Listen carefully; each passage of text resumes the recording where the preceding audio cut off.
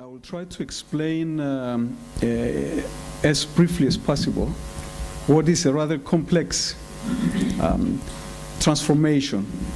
Turkey's transformation from a rather, what I will refer to here as a Praetorianism is a term that describes the role of a minority in the system, in this case the military, that pretty much distinguishes a modern democracy from a rather the old style authoritarian democracy, and then to see how Turkey's evolution towards liberal, what we call in the West liberal democracy, holds, and what does this tell us about Turkey's ambitions to becoming a regional power, and effectively what the Turkish foreign minister himself refers to pursuing a rather neo-Ottoman strategy, which again is a cliche, but there is a point again. We follow what they themselves, how it's a self-description, it's not imposed from outside. So I will start my presentation by first referring to the reform process within Turkey, as well as the strategic options. So again, it's a mix of internal transformations and dynamics with external changes and orientations that Turkey itself is contemplating with. So basically we have a very charismatic and quite popular leadership in Turkey. That's something to underline. For the first time in the history of modern Turkey, we have a party which is a non-Kemalist, traditional Kemalist party, which represents the Islamic movement, and is very popular and is quite assertive, and is trying for the first time to limit, just to put it very simply, to limit the influence, the power of the military. So we have the ongoing reforms that are driven basically from the EU accession, from the process of Turkey's membership to the European Union.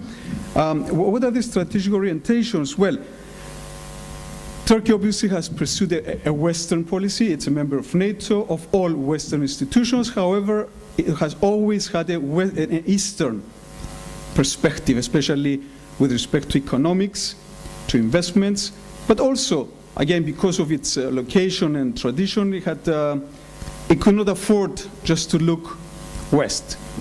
And what we call in political science a multifaceted foreign policy. And therefore, Turkey seems to navigate at once towards the EU for obvious reasons, but at the same time, eastward.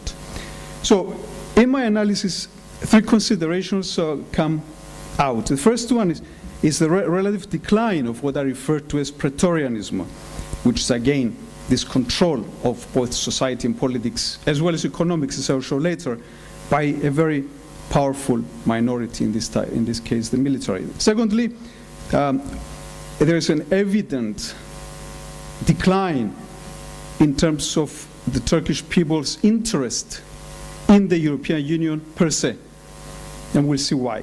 And the third is that the new role that Turkey itself is cultivating, both in regional, but also in international affairs, that is its geopolitics, its geostrategy with respect to the wider region, which is by no means unknown, and it's of course by all means very, very important because of resources, as we know, because the Middle East has its very tense political agenda, because of security considerations and what have you. Then, the question is whether this policy it will be successful, and I will try to analyze here and contemplate. I will try to be as objective as possible. And a Greek Cypriot of any denomination, when you start talking about Turkey, you may be prejudged that you're biased, etc. I will try to be as objective as academic as possible, and try to paint a picture that is as let's say, generic in terms of looking at the dynamics rather than personalities. I will refer to only a couple of personalities. Now, in my view, to be successful, this policy, it has to, first of all, Turks have to complete and fully implement the reform process. This is not yet the case. We can say that they have covered 1/3 of the ground, maybe 40%, but that was a very difficult start. Of course, there's a lot of credit to be given for transforming, for example, 1/3 of their constitution. That's by no means something easy, and yet there is still a lot of ground to be covered. Secondly, the objective is full accession to the EU, that is, becoming a liberal democracy. And then, obviously, part of it, which is what the Turkish Prime Minister is arguing, is that they have engaged into the zero problem policy, meaning no problems with any neighboring country. We're a country that is proactive, that is friendly, that is looking forward to active collaboration and what have you. Third, they have to successfully negotiate a set of complex problems with the neighbors with whom they have had problems. And therefore, Cyprus, of course, is one, but it's not just Cyprus. Obviously, you have Syria, you have Armenia, Azerbaijan, Greece, the Aegean, and what have you. So basically, you have Turkey that is surrounded with countries with whom they have not really had historically a very amicable relationship. It was always rather either conflictual or, to say the least, tense. But what I'm arguing is that even if those reform processes are successful, the journey of what I call the Turkish locomotive, not a really fast train. I'm not talking about TGV, the French one that goes. It's a locomotive. It will get there. It will be rather long and, I think, rather painful. And we'll see how. Now, Ankara's direction will depend on, first, its own internal ambiguities, because we'll see there are both contradictions in their domestic as well as external policy, but also ambiguities. And secondly, its ability to maintain what I refer to as a fragile equilibrium between, obviously, secularism on one hand and Islamism on the other. There's obviously an effort to marry the two, to say, okay, I'm a Turk, it means I'm Islam, but also I'm a secular, etc. It doesn't always work that easy. This in itself, its direction, in whatever orientation, first it will have an effect on the image of the state, which is very important for a political scientist, well, but also for any politician. The image of your country, it determines pretty much your status and your relations with others. Secondly, it will shape its ties, very specifically with states in the region, namely the Caucasus, Central Asia, the Balkans, the Middle East, the Eastern Mediterranean, etc. So we're talking about a host of countries, again, most of which are not necessarily the easiest neighbors. We're not talking about Sweden and Norway and Denmark, the Scandinavia. We're talking about the countries with conflictual relations. Now, the quest for internal stability, that has been the objective of Mr. Erdogan. Again, for the first time in the history of Turkey, one single party managed to rule with a majority, clear majority, without any coalition partner. Before, as you recall, in the 70s, in the 80s, it was coalitions, the changes, it was quite fragile. There was very little, low trust in politicians. They happened to be Kemalists. Once we had Mr. Erdogan, that was short-lived. Then Mr. Erdogan came in. Of course, we have to remember that just a couple of years before he became prime minister, he was jailed as well. And then, just recently, a couple of years ago, we had very, very strong warnings to the prime minister, a prime minister who was elected with a majority vote, to respect and ensure the country's secular underlying orientation. It's a religious aspect for the right-wing parties of the traditional Kemalist parties. That's the essence of a modern Turkish democracy. Now, with that came the so-called Ergenekon trial, what I refer to as the litmus test for Turkish democracy. That is, whether how is that going to go? Is it going to continue? Are they going to persecute all the people who are considered the enemies of the government? So it depends. Are we going to have another coup? Well, we don't rule it out, but in my view, it's very difficult today to have a coup because the stakes are much higher than they were a few years ago. Namely, if you want to join the EU, forget about the coup. So that's a no. It doesn't go. And then finally, there is this quest increasing its share in economic activity. That is, the Islamist party. Sorry, I missed the third one. Essentially, the Muslim class is becoming a bourgeoisie. What does it mean? They're becoming rich. It's as simple as that. And because they're becoming rich, they are having a bigger share in the economic pie, which previously it was quite controlled by the elite, the military, the Kemalists. So now it is becoming an internal threat to people. So think if you are a businessman with ties to the military and you control 100 hotels, and then the Islamists are becoming richer and richer. They buy 50 of them. Okay, it's fine. But then they want to buy another 70. What does it mean? Well, political influence, etc.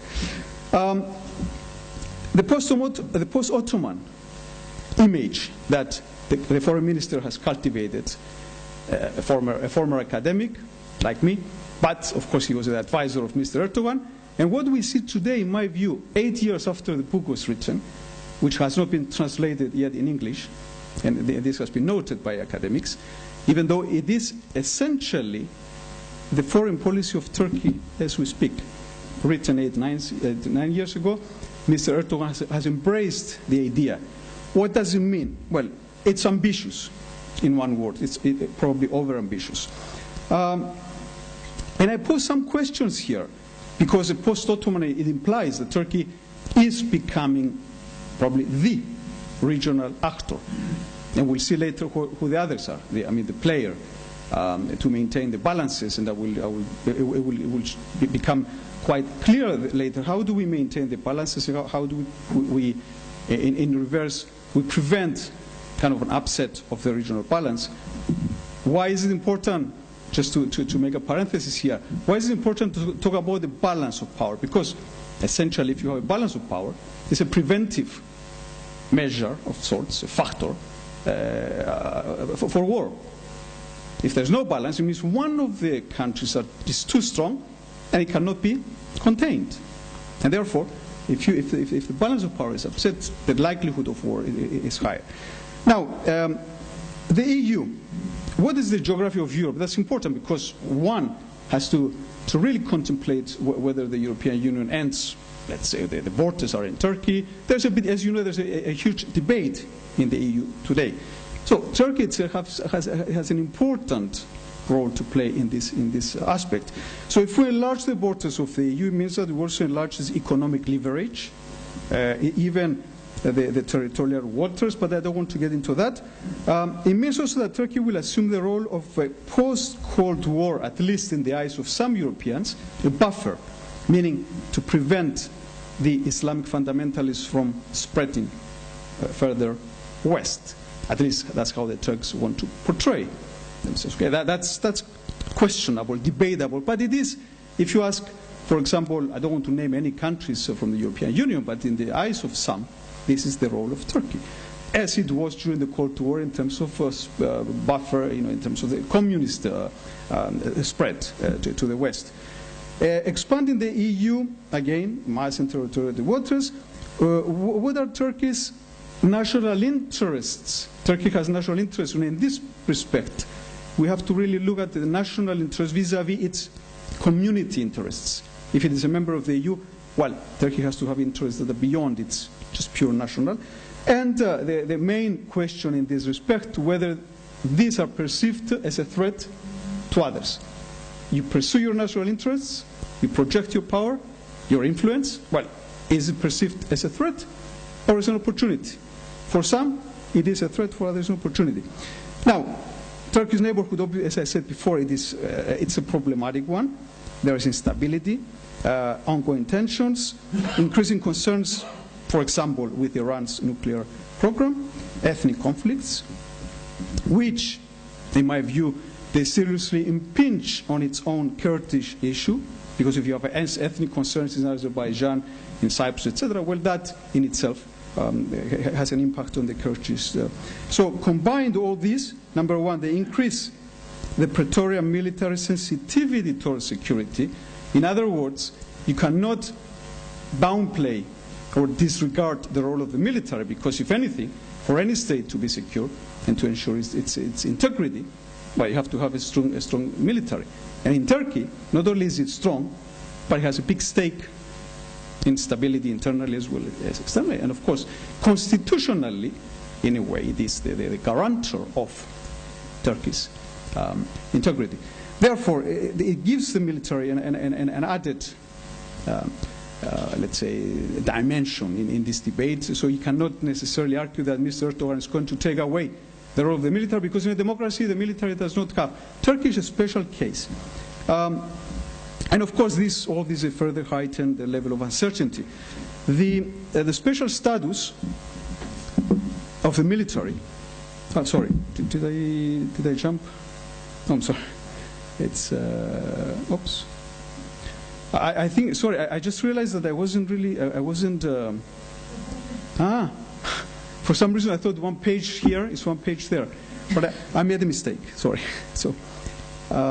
Yes, so, and I will try to follow.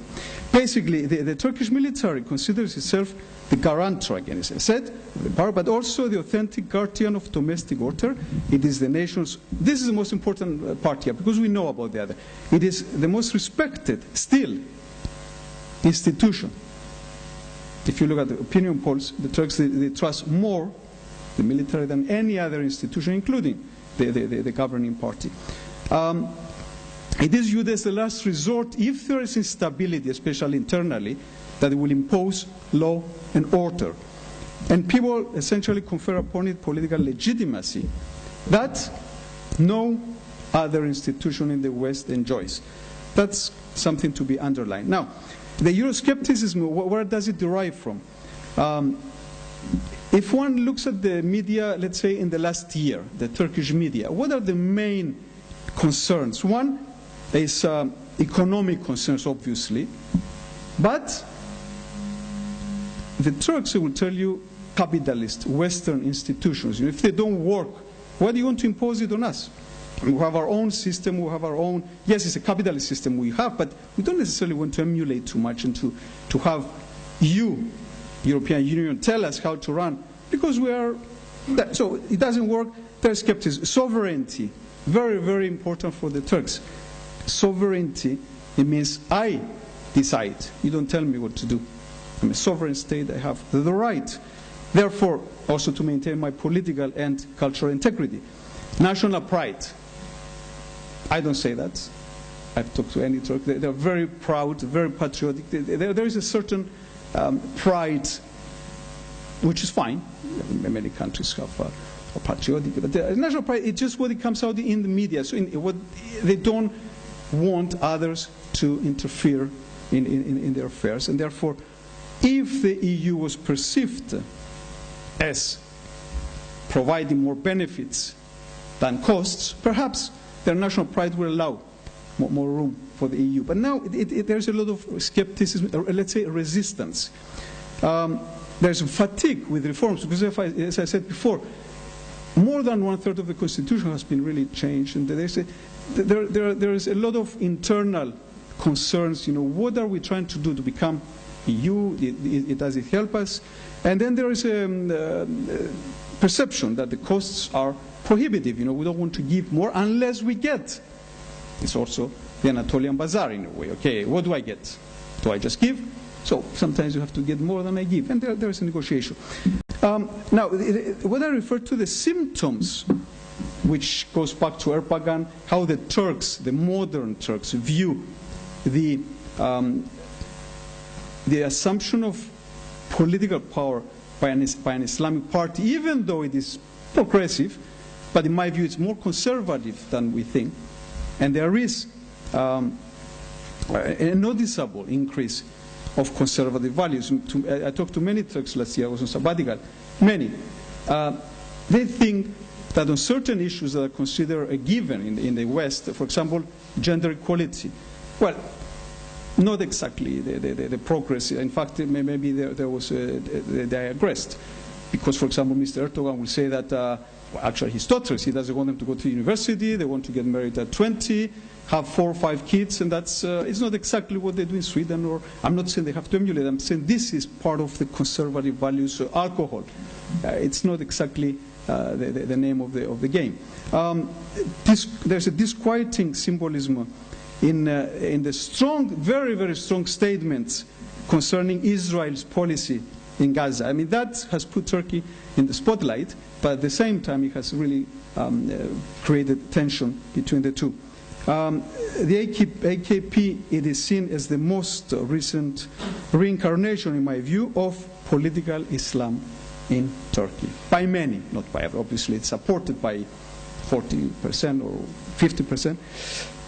Now, the military itself, it is convinced that the party aims to consolidate, I quote here a very recent study, to consolidate its position in the Muslim world, even at the expense of its traditional alliance with the West. Back to strategic objectives now in relation to the domestic reforms and what they want to do. The new strategy is presumably designed to, number one, calibrate its profile in the region, not only with the buffer, but we will essentially promote and to project the interests of the EU. They highlight the new role of this role as an EU regional player. They try to better their position in order to promote these interests. Energy is one. Also, and that's not very widely discussed, you're not going to see many papers that they're trying to fill in the balance of power vacuum, I mean the gap. Well, that's something that politicians and academics discuss today. There is a vacuum. Why? Because Iraq, a Sunni Muslim country, not a Shiite, that is not a fundamentalist. Saddam Hussein may have been a dictator, but essentially he was a very a realist player, pragmatic. So he was very conscious of his role as a stabilizing power in terms of Iran and of course Israel. So that in itself is something that Turkey is trying to employ in its strategy that I'm trying to fill in the balance of power vacuum. Of course, they try to project themselves as a reliable mediator, and they have done that. They have done quite well, I would say, until recently. And they play quite well their cards in the energy sphere as a so-called energy hub. Now, what I call instrumentalism, certain principles or values, they can be values and principles in and of themselves because they're important and we really believe in Islamic identity, or as Kemalism has done years ago, they use it as an instrument in order to promote what? Number 3 here is essentially Turkish nationalism was the main objective of Kemal Atatürk. A strong Turkey. What do you need to do that? You need, well, secularism, because fundamentalism will erode the country, etc. You need economic capitalism, because that will make us modern, but not necessarily Western.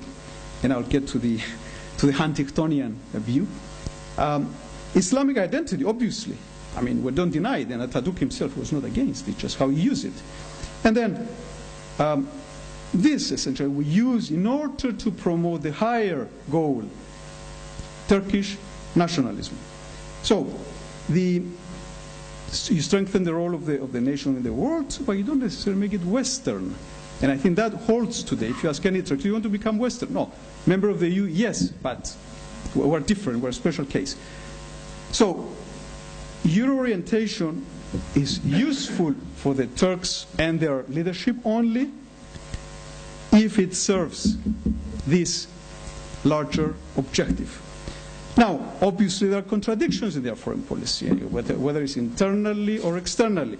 That is, the military itself obviously has promoted secularism. At the same time, it has really promoted the spread of Islamic culture because it has helped to consolidate, to solidify the Turkish identity.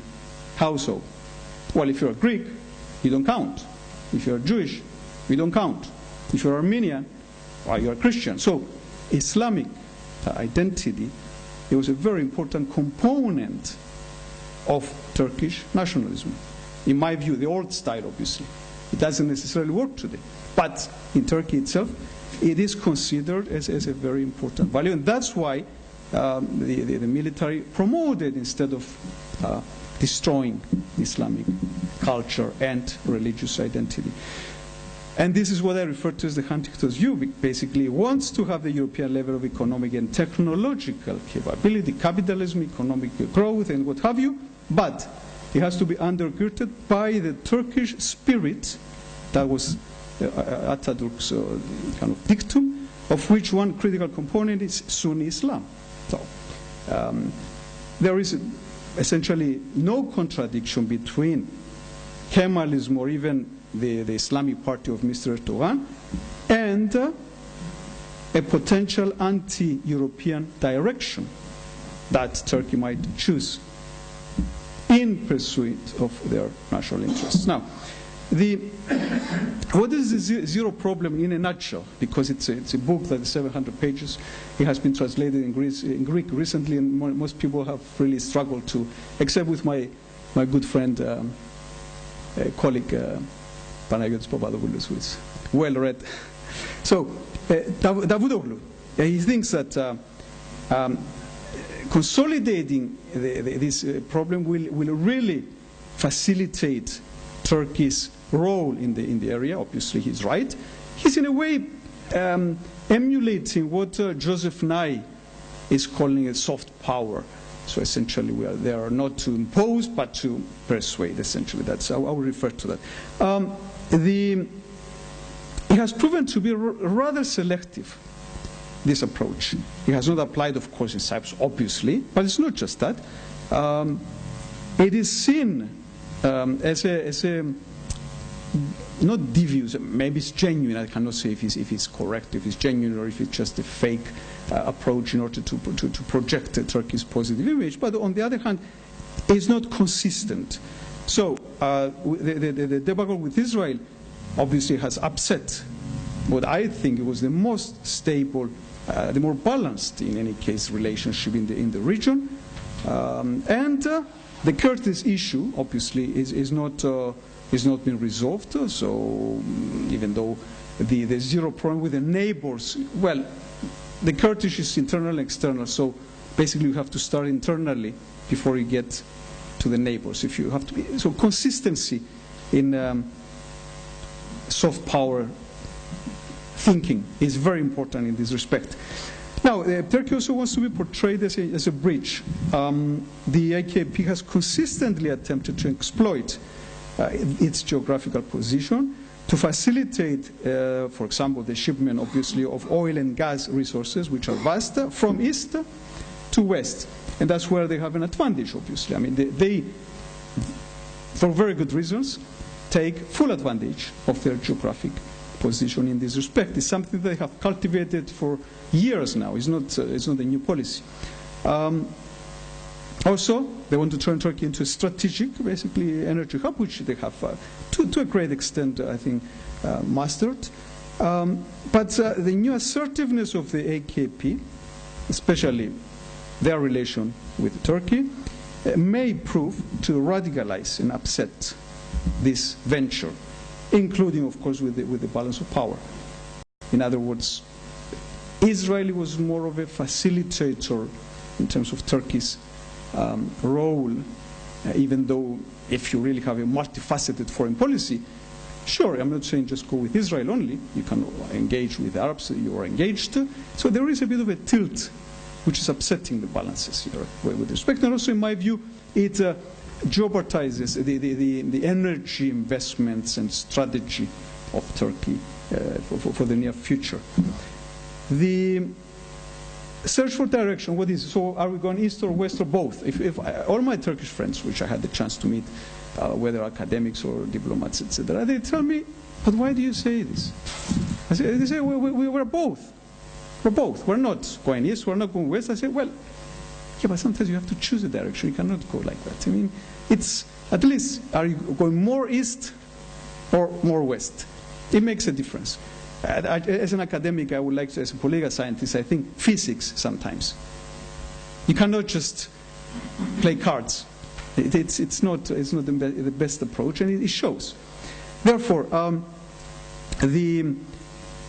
there's a disillusionment, obviously, with the West, and they look at alternative orientations that I understand, even though they look at those by keeping the relationship with the West, with the EU especially, they keep the option of becoming a member.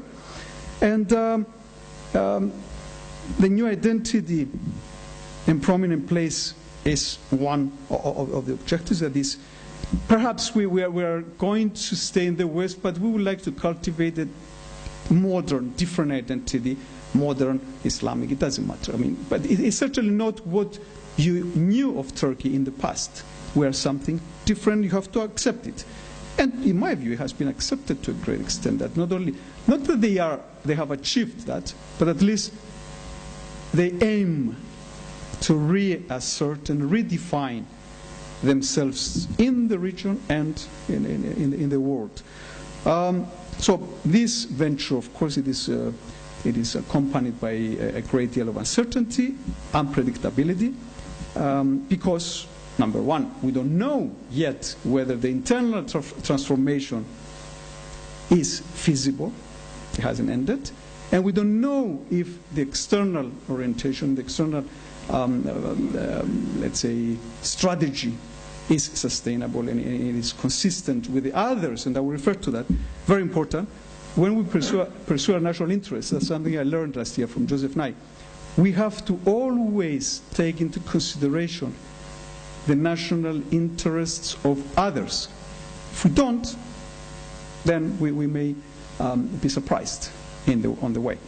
So basically, the opening to the East is understandable, especially from an economic perspective, because the region undergoes rapid economic development. It has a lot of resources.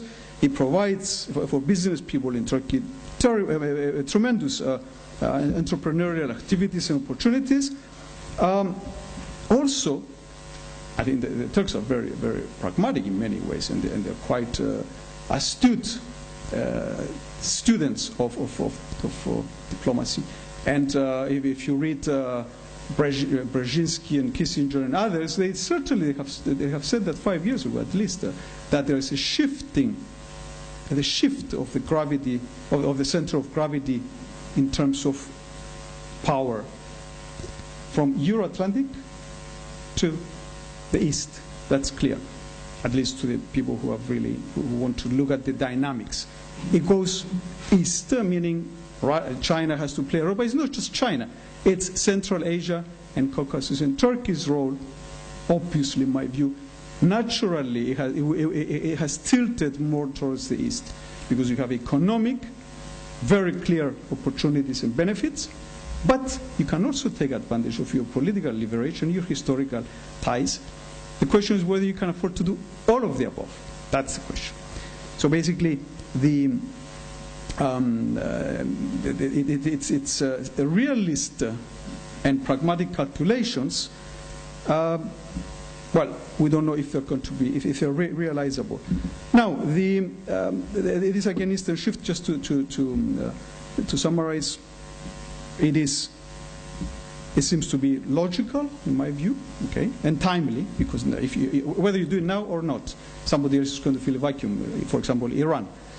Secondly, it is because of the changing redistribution, as I said before, of global power. It's because Turkey is attempting to obviously cultivate new and very concrete alliances, not just with NATO and with the US, but with others as well. And therefore it pursues both political and economic objectives, including, obviously, and notably, energy security. Now, this is what I referred to in the beginning as a multifaceted foreign policy. in this multifaceted foreign policy, which wants to be everywhere, there's a certain gravity eastward than west. Obviously, it's not likely to abandon the Euro-Atlantic sphere. It will remain part of NATO. Why not? And it will pursue Western and the Western-style market economics because it is in its own interest. And as we've seen, it does serve the bigger purpose of maintaining a strong state. And then, at the same time, he wants to seek a leadership role in the region and increasingly amongst the Islamic states. So hence the new image and the new identity. There are some consequences always in what we do in life, especially in politics. There are also unanticipated consequences that we cannot necessarily predict. And, well,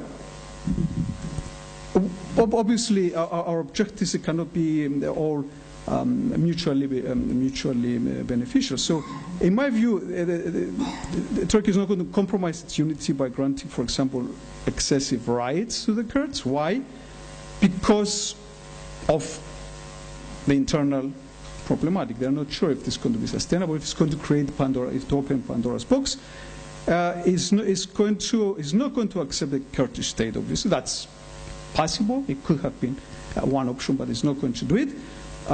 Because, again, spillover effect.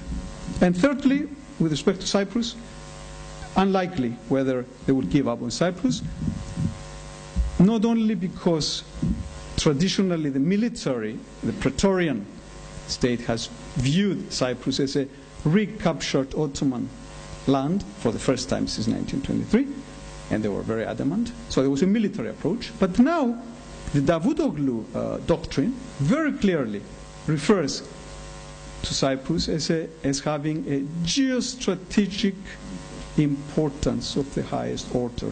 He said, even if there were not one single Muslim in Cyprus, even if there were not one single, it would be naive for Turkey not to be involved. So that, I think, talks in itself. I don't say that. And I was surprised because I was looking for quotes just to prove a little bit my theory of Turkey's geostrategic aspirations, which of course our politicians have been referring to. But it's good to see it coming from their own progressive, pro-Western, pro-European voices, etc. Always the dilemma is it going to be a change and continuity, or we go back? I mean, obviously, there is change and continuity, but there is also tradition. Now, the contradictions in the domestic and foreign policy are inevitable. It's inevitable to have some contradictions. You cannot have everything on your own. By logical extension, what I think that is the Praetorian role, there are some consequences always in what we do in life, especially in politics. There are also unanticipated consequences that we cannot necessarily predict. And, well,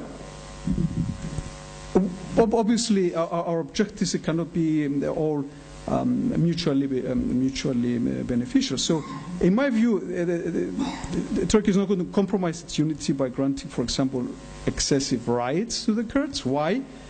Because of the internal problematic. They're not sure if this is going to be sustainable, if it's going to create if to open Pandora's box. Is not going to accept the Kurdish state, obviously. That's possible. It could have been one option, but it's not going to do it. Because, again, spillover effect. And thirdly, with respect to Cyprus, unlikely whether they would give up on Cyprus, not only because traditionally the military, the Praetorian state has viewed Cyprus as a recaptured Ottoman land for the first time since 1923, and they were very adamant. So there was a military approach. But now, the Davutoglu doctrine very clearly refers to Cyprus as having a geostrategic importance of the highest order. He said, even if there were not one single Muslim in Cyprus, even if there were not one single, it would be naive for Turkey not to be involved. So that, I think, talks in itself. I don't say that. And I was surprised because I was looking for quotes just to prove a little bit my theory of Turkey's geostrategic aspirations, which, of course, our politicians have been referring to. But it's good to see it coming from their own progressive, pro-Western, pro-European voices, etc. Always the dilemma is it going to be a change or in continuity, or we go back? I mean, obviously, there is change and continuity, but there is also tradition. Now, the contradiction in the domestic and foreign policy are inevitable. It's inevitable to have some contradictions. You cannot have everything on your own. By logical extension, what I think that is the Praetorian role of the military, it is likely to be maintained, even though, of course, it has been diminished. But to what extent? I don't think that the AKP will choose to get rid of the, or to weaken it, for what I explained before. Because the neighborhood is unstable and it's dangerous, and we cannot really want to take it all the way. Yes, you want to be in the European Union. Yes, you want to be a democracy, whether you are Islamic democracy, doesn't matter, but you want to maintain the essential role of the military for very pragmatic security and strategic reasons. And therefore, they will tolerate at least its constitutional part. Now, whether the EU pushes Turkey to change that I doubt. That's really getting into the sovereignty of a state. They may have to accept, and the EU is very good in, as you know, offering exceptions and accepting, let's say, deviations of sorts just because. And therefore, but again, I'm not the one I cannot forecast what is going to happen in 5 years. And therefore, they will tolerate because the internal and external exigencies remain very fluid. Now, the pace of reforms is, there are certain questions I pose here. Yes, reforms. How quick and how much and at what cost? Because that's for Turkey, it seems to be the case. Now let's just slow down. We had a slowdown after 2005, and then again there was a bit of an acceleration. The question is whether they're sustainable, and therefore whether the people, the military, the civilian elite are willing to, it's not always up to them, but how much are willing to take. A very good politician has to detect the pulse, and obviously Turkey is a democracy, therefore there's opinion polls, they can follow to a great extent what the public opinion prefers and what they tolerate. In spite of significant constitutional reforms, in my view, the military still guarantees, at least in the eyes of the Turks, including with the leadership, the stability and order of the state. And I will use here the words of Marty Ahtisaari, who is the chairman of the Turkey-EU association, or committee, the committee. So he has done a very, very interesting report a couple of years ago, a year ago or something. Well, in a way, he was saying that they have done a lot and blaming the EU for the most part for not. But Turkey's democracy is not always, quote, comfortable in its own diversity. I think that in a way speaks for itself. Now, I'll just refer to two major policy objectives, which are first, in terms of getting to the EU. For example, you have to ensure the smooth implementation of reforms, which, that's a very important caveat, they must comply, yes, some deviations, but, well, let's say 90%, with the European acquis communautaire. It has to comply. And that's, if anything, that's the benchmark. You have to really comply. And that's not always easy, and is not always going to be accepted by the Turks for various reasons, okay? Which has to do, again, with the way we function, with the consequences and the unpredictable policy. Secondly, resolving at least two, obviously, major obstacles on the way to the EU. One is I get back to the Kurdish population. You have to grant more rights. There's no choice there, in my view. I mean, but then how much the EU will tolerate. And secondly, it's this very, very simple. I'm not saying to solve the Cyprus problem, but the Ankara Protocol is crucial. I listened to the news today, some statements from the EU. I mean, it has to be, the Ankara Protocol is a sine qua non for Turkey's minimum obligations vis-à-vis Cyprus, and that's very difficult to escape. Now, the new perspectives, basically meaning that how to anticipate Turkey to even contemplate these changes? I mean, why should they accept the Ankara Protocol? Well, first of all, they have to be more consistent and credible in their foreign policy. They need to have a more forward-looking policy and to abandon, to a great extent, the traditionalist. What is a traditionalist? Rather static. We don't like change, but it's power/military kind of oriented. Mr. Erdogan, obviously, he wants to move in a different direction, but we haven't seen tangible proof of that. Rhetoric, yes, but in reality, there is a state behavior, as we say. The state behavior is such for the time being. And therefore, just the last quote from Robert Cooper's postmodern, many people question that it's a bit of a debatable. Postmodernism, well, again, it's like liberal democracy. It means that a state in itself cannot be sustainable. You have to depend on others. You have to have supranational institutions and what have you. You have to work with others. It's kind of the alliance theory, but in a more sophisticated way. So it's ill-designed. If you maintain authoritative political style, that in itself is ill-designed for promoting change.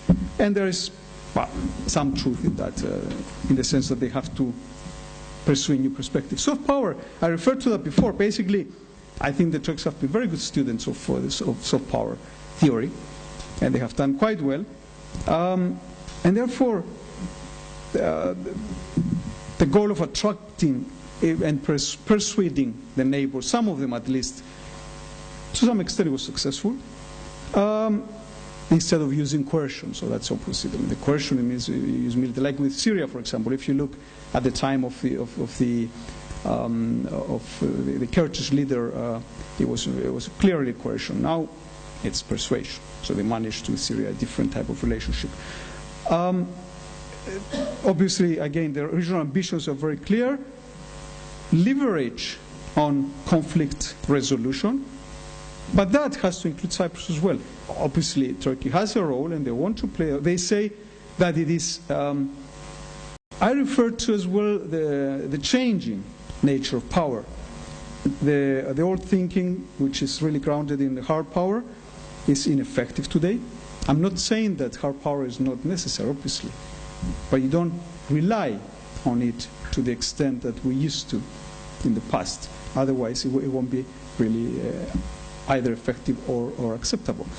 I also think of the asymmetrical power relations that really have to be accounted for. As I said before, balance of power is very important for the stability, for the economic growth, for investments, and what have you, because if you have one power, whether you're in Europe of the early 1900s and you have Germany that asserts itself, or you have any regional power, China, or you have Turkey that is going to be perceived as the strong man, that in itself, it will create a lot of uncertainty. So you have to maintain, to the extent possible, the balances there. So essentially, you have Israel, Iran, Turkey, but then, of course, how do you maintain that? It depends on the projection of your power and your national interests and how far you go with that.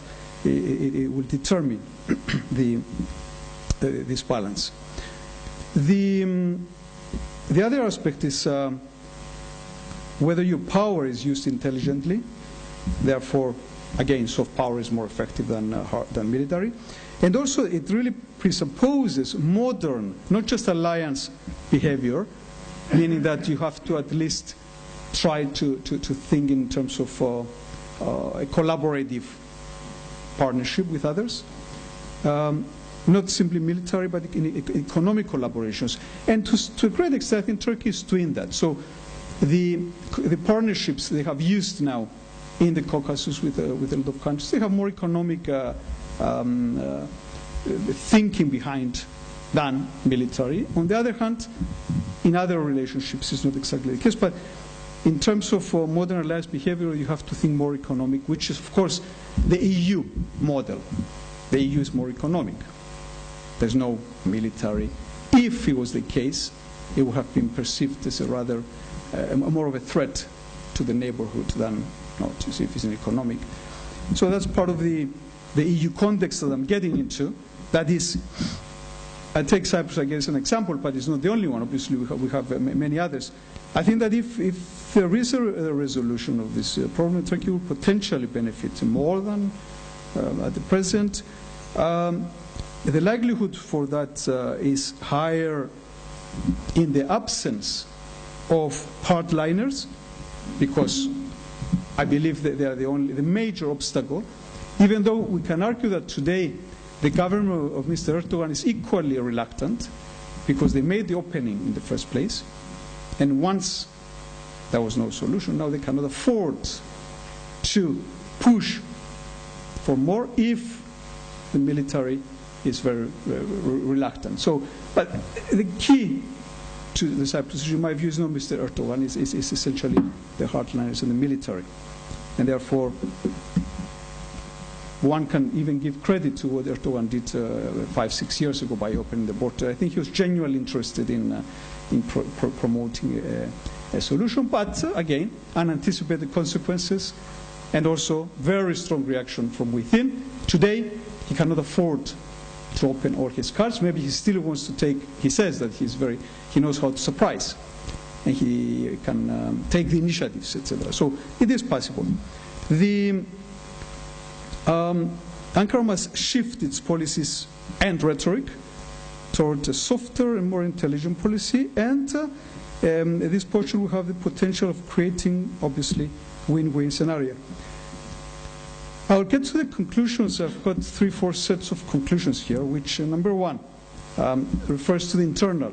Number one, for the time being, for the first time, the AKP has seriously affected both the domestic structure and foreign policy orientation of the country. Secondly, it has to face major obstacles, effectively from the hardliners, as I mentioned before, whether it's Cyprus or more reforms or less military, what have you. And also, there is the major party. Maybe they have managed the last referendum, but most of the people I talk to, they think it's a major victory. But I say 56%. What was it? 57. Well, it's not exactly a 70%. I mean, it's a divided country today. That's my assessment. So I don't see it as a clear victory of Mr. Erdogan that gives him the comfort, to do as he wishes. I don't think so. So he has to, the new Republic, the Republican People Party, which essentially it has an Ataturk origin, so it is the most secularist party. At least they argue that they will defend the Kemalist ideology.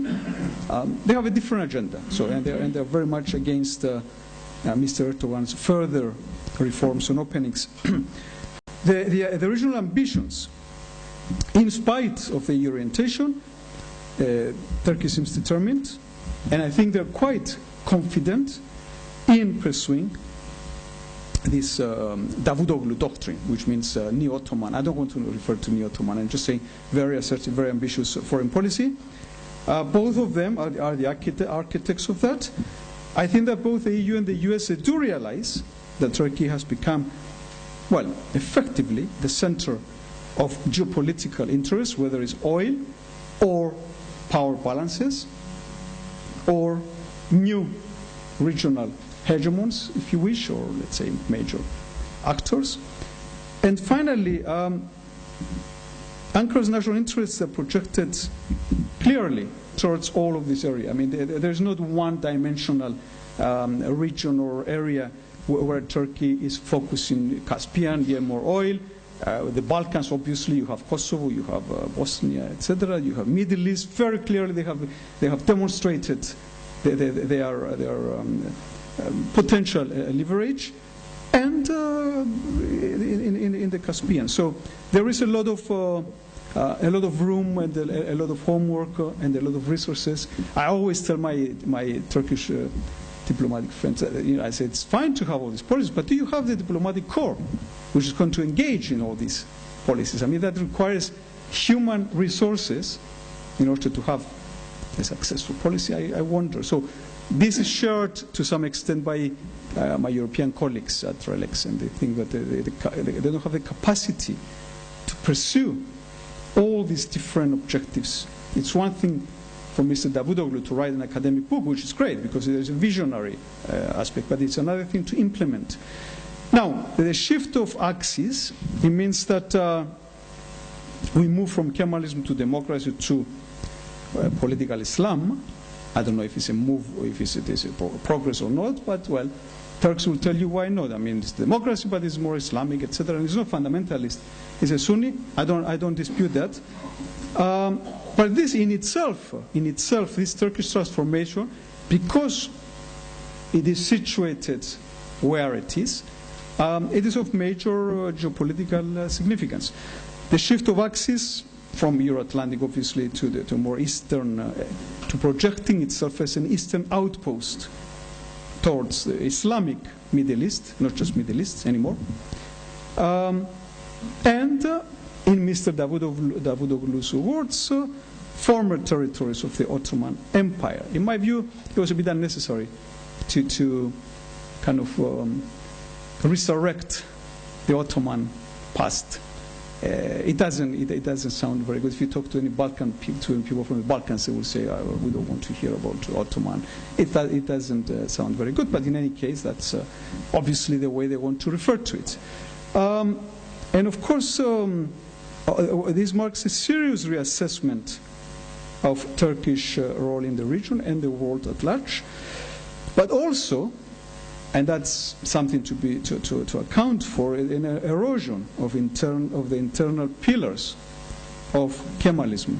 There's an erosion of that, and I'm not sure that it will allow for the country to pursue all these policies. The last conclusions section is that it refers clearly to the balances. I think that these radical changes that are increasingly becoming quite obvious, they are witnessing the rise of a new, obviously, which is fine, a new geopolitical actor. Iran and Israel remain obviously the major regional players with whom Turkey either has to work with or, at the minimum, it has to acknowledge. In other words, you cannot just pursue your own foreign policy or your own regional aspirations without accounting for both. And obviously they do. The only problem is that the opening towards Iran, at least for the time being, it's not exactly balanced. So you had a relationship with Israel, which has been now changing because of preferences or because of certain events. We don't know if the change is radical, if the damage is done, but we don't know. But obviously, already the perception is there, and a lot of analysts, especially from the US, are quite alarmed. And on the other hand, you have more opening towards Iran, which for some reasons has been interpreted with latitude, depending if you want to give it credit or if you want to criticize. And finally, one of the main thrusts of this analysis is that if anybody wants to evaluate Turkish foreign policy, that is the external posture of Turkey, the external dynamics, it has to do it in conjunction with the internal dynamics. One cannot go without the other. They are intertwined. And here I will close, and I will be very glad to respond to your questions. Thank you.